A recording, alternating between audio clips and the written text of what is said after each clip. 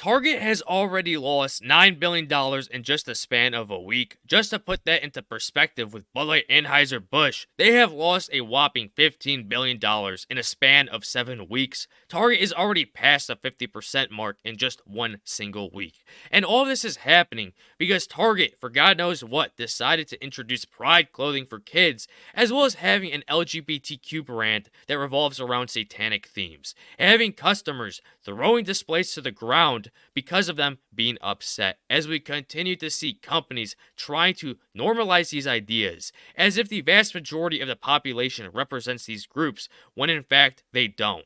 And especially kids, because the more you see these products and whatnot, the more you think that this is the normal when in fact it isn't. That's what these companies are trying to push. But for many people, they don't see this as normal and are getting sick of it, especially when it involves kids, which is why we're starting to see this rise in people voicing their opinions of disapproval and speaking with their wallets and not supporting these companies. We've seen that with Bud Light, and then they get into a panic because they've never ever experienced anything like this before. And Target may start facing a similar problem, just as with what we're seeing with Bud Light, with continued losses in the company's value as well as sales drops from week to week. And that's what happens when agendas are involved and not trying to let your customers shop happily and putting them as your first priority. Because without a customer base, you have nothing left. And before we get into this article, if you haven't, please subscribe and like. It helps a lot and I much appreciate it. Target loses $9 billion in week following boycott calls over LGBTQ friendly kids clothing.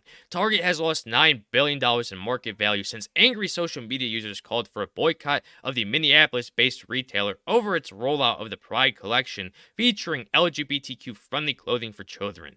And just like with the not so friendly school books that kids are able to read, these kinds of things get people in an uproar because parents want to teach their own kids. They don't want these corporations or these other systems doing that for them, putting in ideas into their heads that no kids should even be thinking about at their age. The last thing you ever want to do to a kid is to ruin their innocence, and no one wants anyone to ever mess with their kids. That's the bottom line. A week ago Wednesday, before the controversy erupted, Target stock closed at $160.96 a share, giving the big box chain a market capitalization of $74.3 billion. As of early trading on Thursday, however, shares of the company were trading off by 1% at $141.76 a share, capping a week-long tumble that has shrunk the cheap chick discount retailer's value to $65.3 billion. That amounts to a 12% drop that has shaved a whopping $9 billion off the company's market capitalization.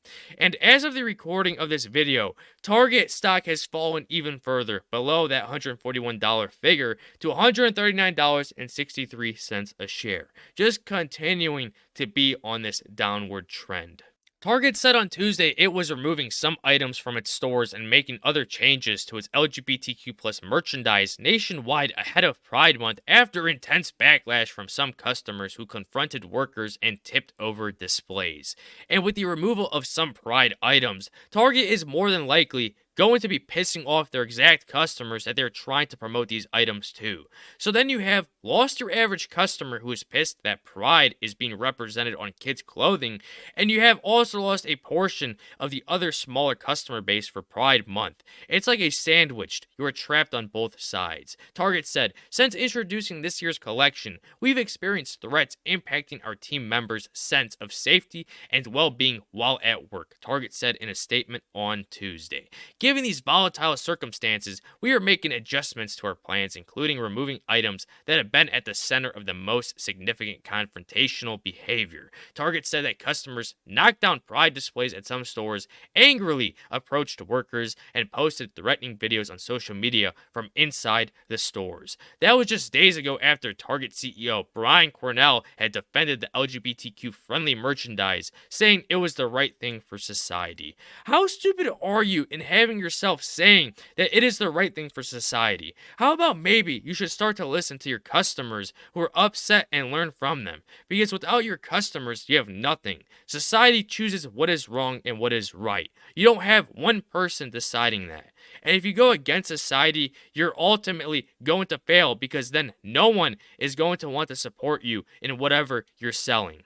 Target declined to specify Wednesday which items it was removing, but among the ones that garnered the most attention were tuck-friendly women's swimsuits that allow trans women who have not had gender-affirming operations to conceal their private parts, once again attacking biological women. Designs by Ab Prowlan, a London-based company that designs and sells occult and satanic-themed LGBTQ+ clothing and accessories, have also created a backlash. Why would Target want to associate themselves with someone who has made satanic-themed clothings? No clue, but that's something you don't want to be associated with. And selling these products to your potential customers that don't like those themes, because your brand will become associated with it by your customers. And then you'll piss off your other customers who are religious, which is what this boycott started out from, as well as the pride clothing for kids.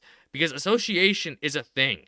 No matter if you are a saint, as long as you're spotted with an evil person, people will think of you like that. The Pride merchandise has been on sale since early May.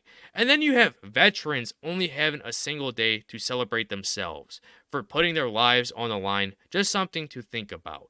Pride Month is held in June. Target confirmed that it has moved its Pride merchandise from the front of the stores to the back in some southern stores after confrontations and backlash from shoppers in those areas. And I'll keep saying this and will always. Pride Month is a month where companies use pride to further their profits. And as soon as it's over at the end of June, they move on as if nothing ever happened until next year when the cycle repeats itself because it's easy money.